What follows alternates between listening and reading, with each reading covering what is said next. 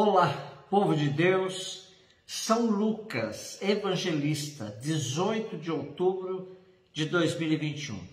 A nossa reflexão de hoje é a partir da segunda carta a Timóteo, 4:10 até o 17b, Lucas 10, de 1 a 9. Caríssimo, Demas me abandonou por amor deste mundo e foi para Tessalônica. Crescente foi para a Galácia, Tito para a Dalmácia, só Lucas está comigo. Toma contigo Marcos e traze-o, porque me é útil para o ministério. Mandei Tíquico a Éfeso. Quando vieres, traze contigo a capa que deixei em Troade, em casa de Carpo, e os livros, principalmente os pergaminhos. Alexandre o Ferreiro tem me causado muito dano. O Senhor lhe pagará segundo suas obras. Evita-o também tu, pois ele fez forte oposição às nossas palavras. Na minha primeira defesa, ninguém me assistiu. Todos me abandonaram. Oxalá que não lhe seja levado em conta. Mas o Senhor esteve ao meu lado e me deu forças. Ele fez com que a mensagem fosse anunciada por mim integralmente e ouvida por todas as nações. Apesar de muitas controvérsias sobre a autoria das cartas pastorais, as duas a Timóteo e a carta a Tito, o nosso trecho de hoje descreve, nos parece, com exatidão a situação em que Paulo estava já no final. De fato, os últimos tempos de Paulo são tristes e solitários.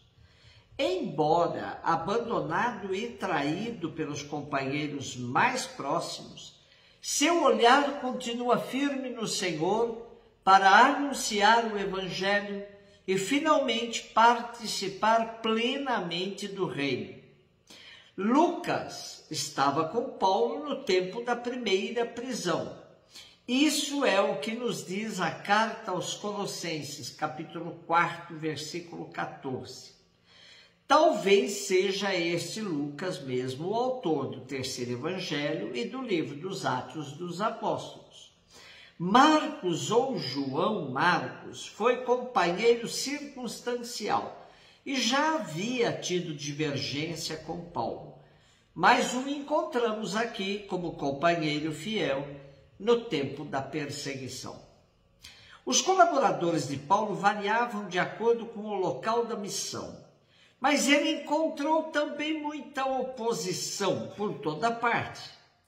Além dos opositores externos, sobretudo os grupos judaizantes, que viam em Paulo um perigo para a religião judaica, também Paulo encontrava oposições internas nas comunidades, da parte de alguns pregadores que destoavam do conteúdo da doutrina ou que acusavam o apóstolo de aproveitador. Importante não romancearmos os primórdios do cristianismo, pois tudo começou com muitas controvérsias e debates acalorados entre os primeiros. Lucas 10, de 1 a 9. O Senhor escolheu outros 72 discípulos e os enviou 2 a 2 à sua frente a toda a cidade e lugar aonde ele próprio devia ir. E dizia-lhes: a messe é grande, mas os trabalhadores são poucos.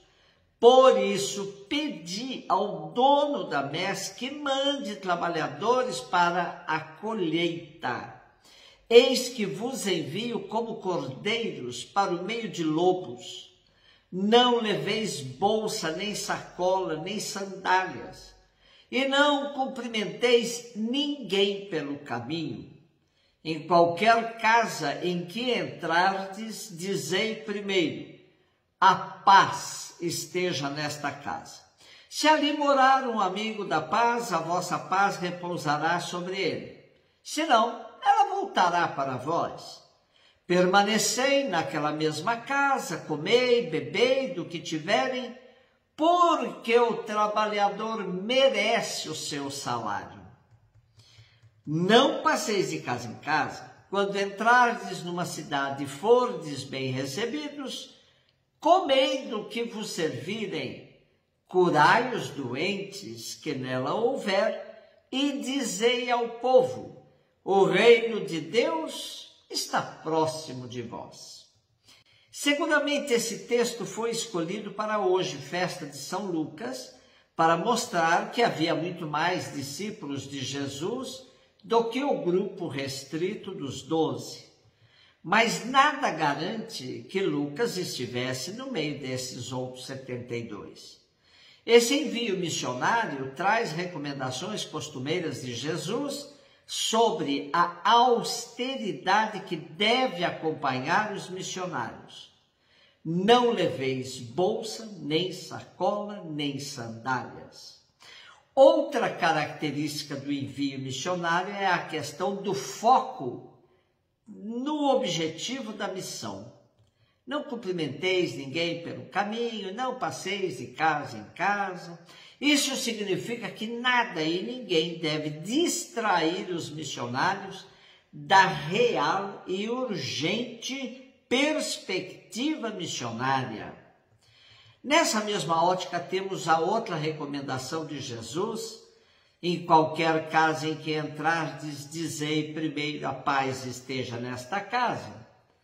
Se ali morar um amigo da paz, a vossa paz repousará sobre ele, senão ela voltará para vós. Jesus sabia que a missão não teria aceitação incondicional da parte de todos. Os missionários deverão se hospedar onde forem bem acolhidos. E aí os sinais do reino deverão se destacar, sobretudo o da cura dos enfermos. Mas Jesus, em momento algum, ilude seus discípulos quanto ao sucesso da missão, pois todas as suas recomendações são antecedidas de um lembrete muito forte: eis que vos envio como cordeiros para o meio de lobos. Ainda neste envio missionário dos 72 discípulos, Jesus lhes diz que a messe é grande, os operários são poucos e que eles devem pedir ao Pai, que é dono da messe, que envie mais operários para a colheita. Operários que são de todo tipo de servidores do reino, que assumem a missão, colocando seus dons e carismas a serviço do reino. Hoje constatamos uma diminuição significativa de ministros e ministras em nossas comunidades. Há uma imensa área missionária carente de anunciadores do reino. É claro que temos os problemas quanto à disponibilidade dos batizados e batizadas, mas não devemos deixar de olhar os obstáculos colocados também pela própria instituição. Enquanto a instituição ficar insistindo num único modelo de ministro ordenado, o modelo celibatário, e enquanto ficar colocando barreiras ao acesso das mulheres ao sacerdócio, não sei se nossas orações pedindo ao Pai mais operários para a sua messe são verdadeiramente eficazes. É claro que esses operários aos quais se refere Jesus não são apenas operários para dentro das comunidades. Para anunciar que o reino de Deus está próximo, homens e mulheres dispostos a fomentar uma igreja verdadeiramente em saída serão o alvo principal de nossos pedidos ao Pai. E por fim, do nosso texto de hoje, se destaca que os discípulos deveriam assumir um papel similar ao de João Batista: ir adiante do Senhor pelas cidades onde ele deve passar. São Lucas, que celebramos hoje, chamado por Paulo de amado médico, pode ser o mesmo que redigiu o terceiro evangelho e os Atos dos Apóstolos, sim. Sendo assim, devemos a ele a maioria das referências evangélicas sobre Maria, a perspectiva direta dos pobres como preferidos de Jesus e as mulheres como discípulas queridas do Mestre. Um beijo no seu coração.